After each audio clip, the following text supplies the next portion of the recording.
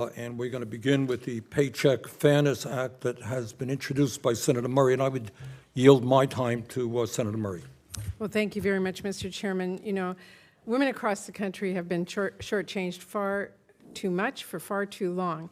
It has been incredibly frustrating that 14 years after the Lilly Ledbetter Fair Pay Act and over 50 years after the Equal Pay Act, women are still being paid less than men, and employers are still able to brush off reports of discrimination with flimsy excuses like, well, he was a better negotiator, or he was paid more money in his last job.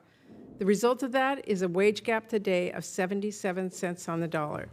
And when we say 77 cents, we're not talking about pennies here, because inequities, like investments, compound over time.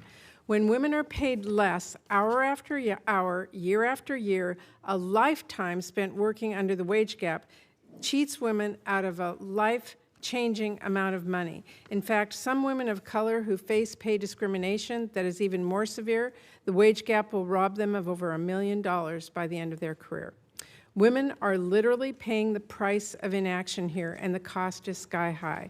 We have to put a stop to sexist pay practices for good, which is why I've proudly reintroduced the Paycheck Fairness Act once again this Congress, and have been championing this legislation for years, because it is long past time that we protect workers, close loopholes, and hold employers accountable for fair pay practices through greater transparency.